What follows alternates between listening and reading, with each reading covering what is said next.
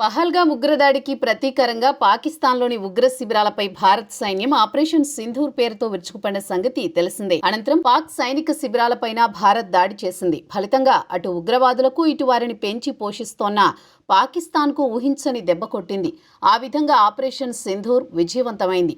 అయితే ఈ ఆపరేషన్ సందర్భంగా జరిగిన 4 రోజుల యుద్ధంలో పాకిస్తాన్ ఏ పరిస్థితుల్లోనూ పైచేయి సాధించలేకపోయింది. ప్రధాని మోదీ చెప్పినట్లు ప్రతి రౌండ్లోనూ భారత్ గెలిచింది. ఆ సమయంలో చైనా నుంచి తెచ్చుకున్న PL-15 ఈ క్షిపణికి పాకిస్తాన్ J-10C, J-F-17 జెట్స్ ద్వారా భారత్ పైకి ప్రయోగించింది. అయితే భారత్ తన దుర్భేద్యమైన గగనతల రక్షణ వ్యవస్థతో వాటిని విజయవంతంగా కూల్చేసింది. ఈ క్రమంలో వీటికి సంబంధించిన ఓ క్షిపణి పంజాబ్లో హోషియార్పూర్ జిల్లాలో గల కమాహి దేవి గ్రామం సమీపంలో పడిపోయాయి. వాటిని సైన్యం తీసుకుంది. ఈ సందర్భంగా చైనా పిలక భారత్ చేతికి చిక్కిందనే చర్చ మొదలైంది. అవును, ఆపరేషన్ సింధూర్ సమయంలో భారత్ పైకి చైనా నుంచి తెచ్చుకున్న క్షిపణిని ప్రయోగించింది పాక్. ఈ క్రమంలో ఈ PL-15 ఈ క్షిపణి శిథిలాలు భారత సైన్యానికి లభించాయి. ఈ కీలక పరిణామాలు చోటు చేసుకుంటున్నాయి.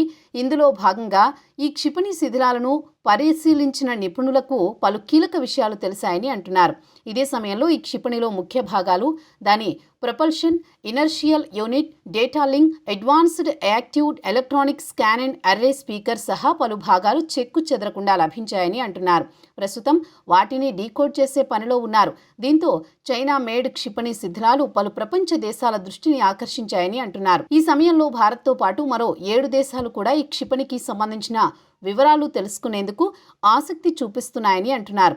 ఇందులో భాగంగా అమెరికా, బ్రిటన్, ఆస్ట్రేలియా, న్యూజిలాండ్, కెనడాతో పాటు జపాన్, దక్షిణ కొరియా కూడా ఈ విషయంలో ఆసక్తి చూపిస్తున్నాయని చెబుతున్నారు.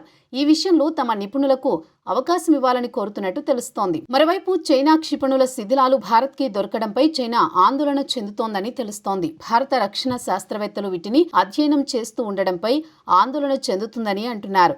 ఈ సమయంలో PL-15 ఈ క్షిపణిని రివర్స్ ఇంజనీరింగ్ చేసే అవకాశం ఉందనే టెన్షన్ ఇప్పుడు డ్రాగన్కు విపరీతంగా పెరిగిందని చెబుతున్నారు.